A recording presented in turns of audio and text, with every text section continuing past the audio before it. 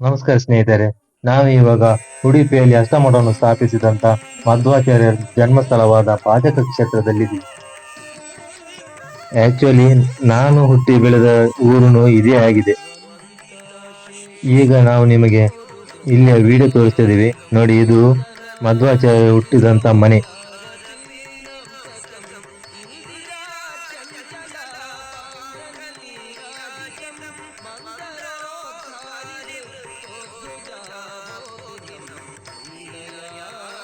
ಇದು ವಾಸುದೇವ ತೀರ್ಥ. ಈ ತೀರ್ಥದಲ್ಲಿ 4 ತೀರ್ಥಗಳ ಫಲ ಇದೆ: ಬಾಣತೀರ್ಥ, ಗದಾತೀರ್ಥ, ಧನುತೀರ್ಥ, ಸ್ಪರ್ಶ ತೀರ್ಥ.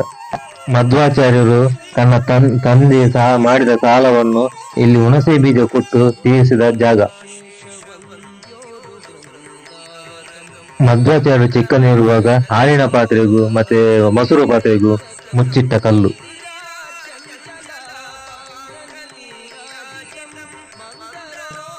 ಆಲದ ಗಿಡವನ್ನು ಬುಡ ಮೇಲೆ ಮಾಡಿ ನೆಟ್ಟರೆ ಅದು ಸರಿಯಾಗಿ ಬೆಳೆದರೆ ಈ 4 ತೀರ್ಥಗಳ ಫಲವು 1 ತೀರ್ಥದಲ್ಲಿ ಬರುತ್ತೆ ಅಂತ ಹೇಳಿ ಇದೇ ಜಾಗದಲ್ಲಿ ನೆಟ್ಟರು.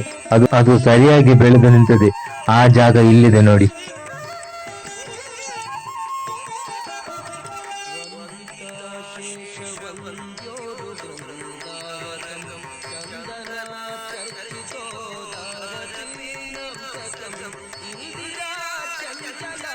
ನೋಡಿ, ಇದೇ ಆ ಮರ. ಇಲ್ಲೊಂದು ಬಾವಿ ಇದೆ ನೋಡಿ. ಈ ಬಾವಿಯಲ್ಲಿ ದಿನಾಲೂ ನಾವು ಚಿಕ್ಕಂದಿರುವಾಗ ನೀರು ತಗೊಂಡು ಹೋಗ್ತಿದ್ದೀವಿ.